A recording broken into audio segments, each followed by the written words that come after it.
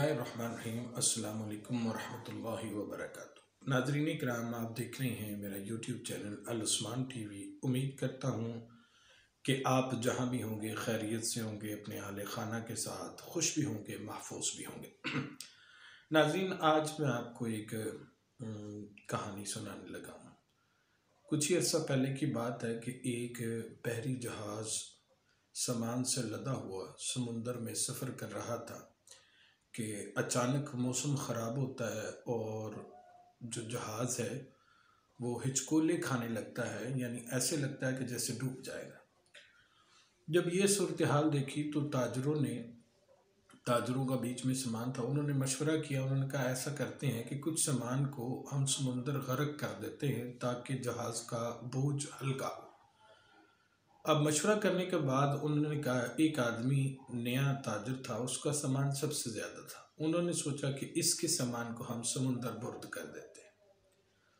तो जिस ताजर का वो सामान था उसने कहा, भाई मेरा सामान क्यों अकेले का कर रहे हो, सारे थोड़ा थोड़ा समुंदर में डाल देते हैं। पर लोगों ने उसकी ना सुनी और उसे उसके सामान समेत समुंदर में फेंक दिया।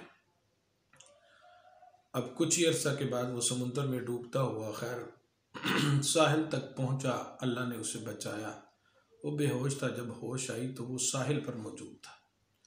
समुंदर की लहरें उसे साहिल तक ले आई थी। उसने देखा एक जजीरा नुमा जगह थी, वहां पर गैर आबाद थे, जंगली था। उसने वहां पर लकड़ियां जमा करके एक छोटी सी झोंपड़ी बनाई और घर बनाया और शिकार करके गुजारा करने लगा।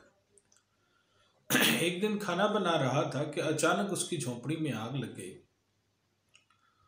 तो उसने बड़ी कोशिश की कि उस आग को बुझाए, लेकिन नहीं बुझी और पूरी झोंपड़ी उसके जलकर खाक हो गई।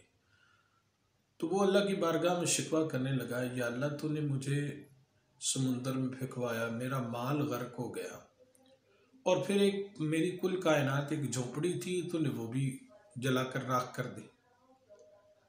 वो इसी गम में सो गया और जब सुबह हुई तो बड़ा हैरान हुआ कि एक कश्ती उसके जजीरे पर उसे लेने के लिए मल्लाह आए हुए थे।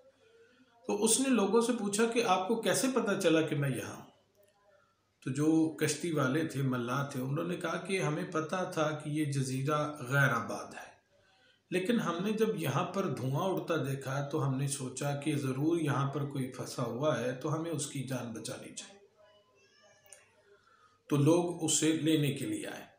तो उसने अपना पूरी कहानी उन मल्लाहों को सुनाई। तो उन्होंने कहा कि जिस जहाज़ से तुझे फेंका गया था, थोड़ा आगे जाकर वो पूरा जहाज़ डूबकर गर्क हो गया।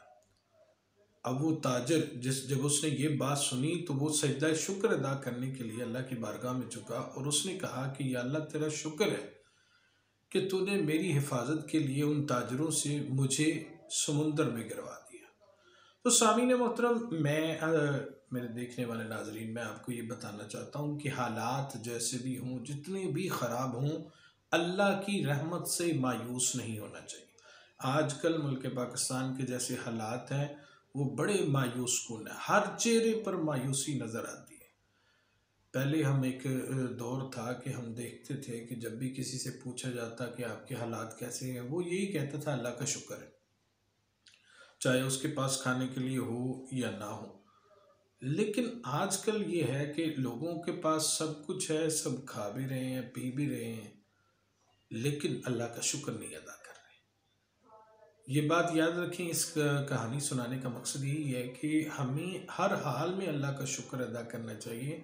अगर अल्लाह इम्तिहान में डालता है तो आसानी भी अल्लाह ही देता है। अल्लाह हमें समझने की तौफीक अता फरमाए। मेरे इस चैनल को सब्सक्राइब करें, लाइक करें और